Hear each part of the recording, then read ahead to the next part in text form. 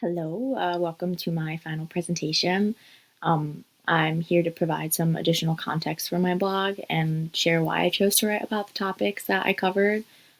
Each piece is deeply personal and reflects my experiences, interests, and issues that matter the most to me. My goal is to offer a thoughtful perspective that resonates with readers. Writing this blog has been a way for me to reflect on what I've learned, connect ideas to broader conversations, and hopefully inspire others to think about topics in a new light. To start, growing up, I was always taught that the United States stood as a beacon of hope and progress, a country that helped others in need, spread democracy to better the world. But as I've started to peel the layers back, I've realized how much my education's failed me. I was never taught to question the cost of intervention or whose voices were being silenced in the process. And the stories that I uncovered in this module, like Riverbend's account of the post-invasion life in Iraq, it paints a very different picture. It's sobering to confront how much harm has been justified under the guise of helping. It makes me wonder how much else I've been shielded from. So this class has really opened my eyes to how much America hides its truths from the world.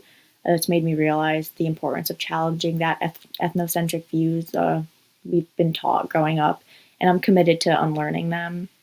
Moving forward, I just definitely want to stay dedicated to understanding the deeper reasons behind why things are the way they are and broadening my perspective to see the world more honestly and critically. So my blog is titled When Liberation Hurts, the Gendered Impact of U.S. Interventions, and this topic struck a chord with me on so many levels. I wanted to focus on how much I disagreed with America's decisions regarding the war in Iraq, and more specifically, how the decisions have deeply affected women.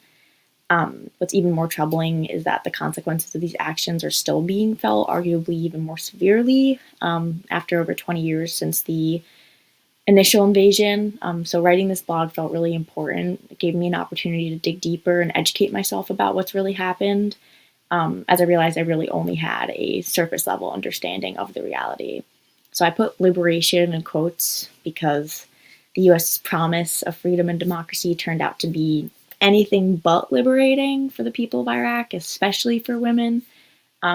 What presented as an effort to free the country from tyranny led to a collapse of the government and the rise of oppressive systems that have stripped women of their rights and safety. So in school, we're often taught a very simplified narrative. 9/11 happened. The U.S. responded to protect freedom and democracy. Al-Qaeda was the reason or who was responsible for the attacks on 9/11. But through research, you learn that the Iraqi government had no relation to Al-Qaeda, and the U.S. even blamed Saddam Hussein for having involvement, and there was just no sound evidence for that whatsoever. In fact, under Hussein's government, Iraq had some of the most progressive human rights in the region at the time, and religious extremists did exist, but they weren't in power, and women just had significantly more freedom compared to what followed. So when the U.S. invaded Iraq, under the guise of spreading democracy, the aftermath was pretty devastating. The government collapsed, religious extremists rose to power. The so-called liberation promised by the U.S. Stripped Iraqi women of the rights and protections that they had previously. Today, Iraq faces horrifying issues like child marriage as young as 9 years old. Over 1 million women are sex trafficked annually, inconsistent court rulings depending on religious interpretations, and systemic disrespect for women who don't conform to specific religious expectations. And we saw that in Riverbend's post when she said, you don't leave the house without a hijab anymore.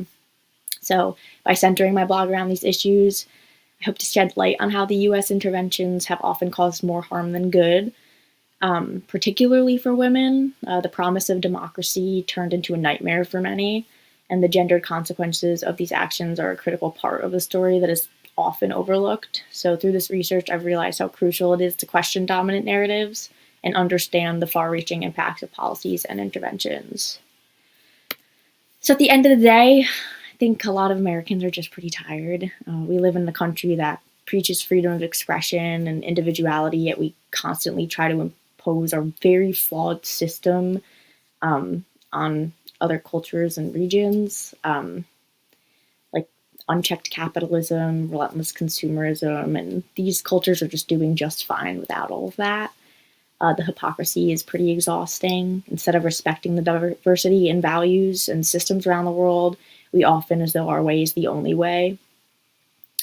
It's frustrating to see how this arrogance has caused so much harm, particularly in places like Iraq, where our so-called liberation shattered lives and destabilized a society that didn't ask for our intervention. It's time we stop trying to sell our ideas as universal solutions and start focusing on fixing the deep problems in our own system before forcing it into others. Thank you so much. This class was really awesome. I feel like I learned a lot, and I'm really grateful for all the content you provided us. Thank you so much.